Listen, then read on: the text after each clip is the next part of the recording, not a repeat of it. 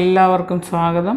വളരെ ന്യൂട്രീഷ്യസ് ആയിട്ടുള്ള പ്രോട്ടീനും വിറ്റാമിൻസും മിനറൽസും എല്ലാം അടങ്ങിയ ഒരു ലഘുവായ ഒരു ഭക്ഷണമാണ് നമ്മളിന്നിവിടെ ചെയ്യാൻ പോകുന്നത്. റെസിപ്പിക്ക് ആവശ്യമായ സാധനങ്ങൾ നമ്മുടെ പറമ്പിൽ നിന്ന് തന്നെ കിട്ടുന്ന ചീര, ഇത് മയിൽപ്പീലി ചീര, ഇത് പ്രഷർ ചീര, ഇത് സാധാരണ ചീരയാണ്, ഇത് കൊടകൻ എന്നും പറയും, ഓരോ സ്ഥലത്തും ഓരോന്നാണ് പറയുന്നത്. ഇത് പുതിന ഇലയാണ്, ഇതിന് പൂക്കൾ നമ്മൾ ഉൾപ്പെടുത്തിയിട്ടുണ്ട്, മത്തപ്പൂവാണ്.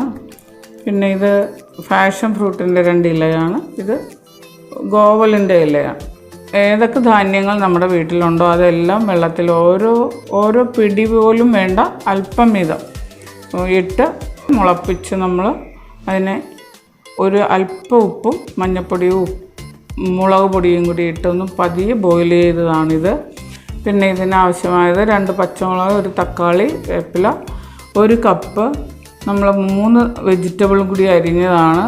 ക്യാബേജ് ഉണ്ട്, ക്യാരറ്റ് ഉണ്ട്, സവോള ഉണ്ട്. ഇത് 3ഉം കൂടി അരിഞ്ഞത് 1 കപ്പ് മതി നമുക്ക്. അല്പം കുരുമുളക് പൊടിയും മഞ്ഞൾപ്പൊടിയും മാത്രമേ നമ്മൾ പിന്നെ ഇതിന് മസാലയായിട്ട് ചേർക്കുന്നുള്ളൂ. പിന്നെ ഒരു മുട്ട, ഏതെങ്കിലും ഒരു മുട്ട എണ്ണയിലിട്ടിങ്ങനെ ബോൾസാക്കി എടുത്തതാണ്. പാൻ ചൂടായിട്ടുണ്ട്, ആവശ്യത്തിനുള്ള എണ്ണ.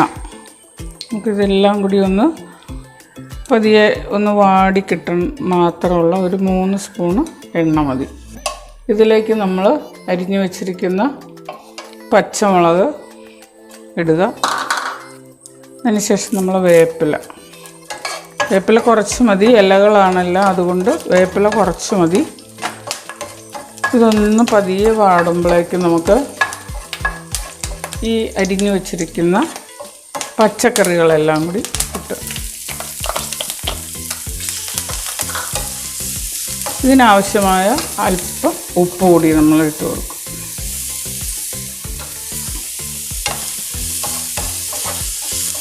ഇത് പകുതി മാത്രം വെന്താൽ മതി. നമുക്കിതിനകത്തേക്ക് നമ്മൾ പകുതി വേവിച്ച് വെച്ചിരിക്കുന്ന ഈ ധാന്യങ്ങളെല്ലാം കൂടി ഇട്ട് കൊടുക്കുക. ധാന്യങ്ങളെല്ലാം ഇട്ടു.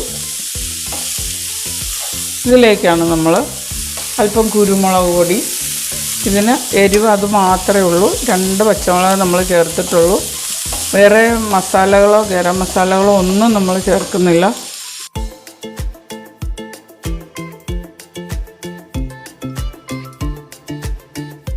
ഇതിലേക്ക് നമ്മൾ കുറച്ച് തക്കാളിയും കൂടി ആഡ് ചെയ്ത് കൊടുക്കും.